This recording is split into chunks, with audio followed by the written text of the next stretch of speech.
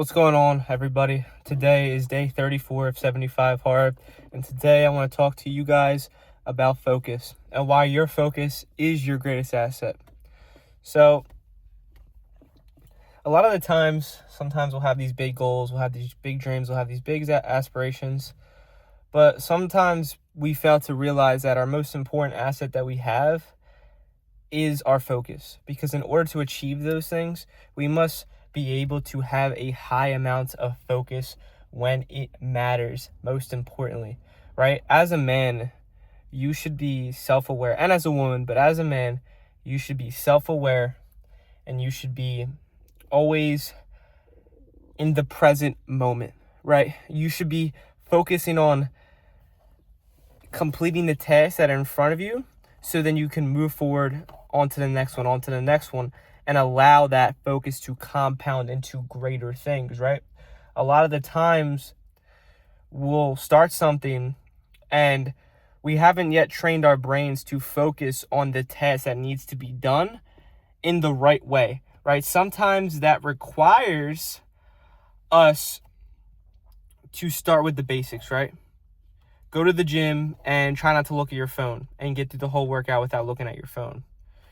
Don't look at your phone, when you first wake up. Like, open up a book, open up your journal, whatever you have to do. Like, start with these simple things, right? And then what I'm learning, right, is in life, or when you're trying to achieve something, you want to attack the problem or attack the solution to the problem or whatever you're trying to achieve at the root cause. And you want to start at the simplest point that you can, right? So for example, if you want to become more financially literate, you first want to start focusing on just saving money, right? Saving money, putting that money away into a high yield savings account. That way you're starting to train your brain for financial literacy and to see patterns. So when you start making exponential amounts of money and you're blessed with way more abundance and whatever, you have the ability to now be able to navigate that financial abundance properly, instead of you not understanding how to save money. For example, if your goal is to have a six-pack abs and get in really good shape, you must attack the root cause of you not being able to have those six-pack abs, right? You must be able to attack the reason why you don't have those six-pack abs yet, right? And that starts with showing up to the gym for 10 minutes a day, right?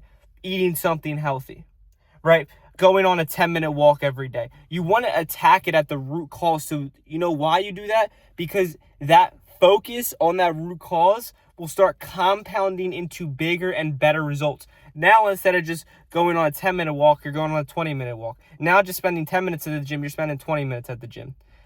And now, last week, you were able to lift 5 pounds. Now you can lift 10 pounds, right? That compound, and a lot of people overlook these small changes in the results that they're making. They overlook these small little incremental changes, but those are the most important changes that you can make for your future, right? So you have to attack something at the root cause, right? And for example, another thing, like if you want to start a business, maybe you don't focus on having all these things yet, all these different outlets to make money or this and that and the third. Maybe you should just focus on selling a specific amount of something first. Like, start small and then build on top of that momentum, right? Because it's like a snowball effect, right? So you want to be able to think big, but start small. And you want to be able to, okay, I want to become more financially literate. Let me just start every time I get some kind of money, or every time I get paid to do something, let me just now save money. Let me just put that money away, right, into a simple savings account. Or let me, when I want to work out, let me just start focusing on hitting the gym for 20 minutes a day. Let me just focus on that for a little bit until I get really good at that, right? That is such a healthy way to start building the focus and the habits, right? It's honestly that simple, right? I feel like sometimes too in life, we try to overcomplicate things and make them harder than they have to be, right? Harder than they have to be. In all honesty, you don't have to overcomplicate life. You really don't. It's very simple, right? It's very, very simple when you break it down everything down at the root cause, right? For example, if you're solving a math problem in school, you want to start at the beginning of the problem. You want to start to the beginning of the problem, the first step of the problem, right? And then you'll eventually get to the solution of that math problem, right? Like, those are how you solve simple equations in your life. Everything's an equation, right? So, okay, cool. I want to get this result. Well, I need to become the person, but I also need to start doing things every single day so I can become that person, right? But that's a simple way to start building more focus and building better habits. But I hope you really enjoyed this video, and I will see you tomorrow for day 35.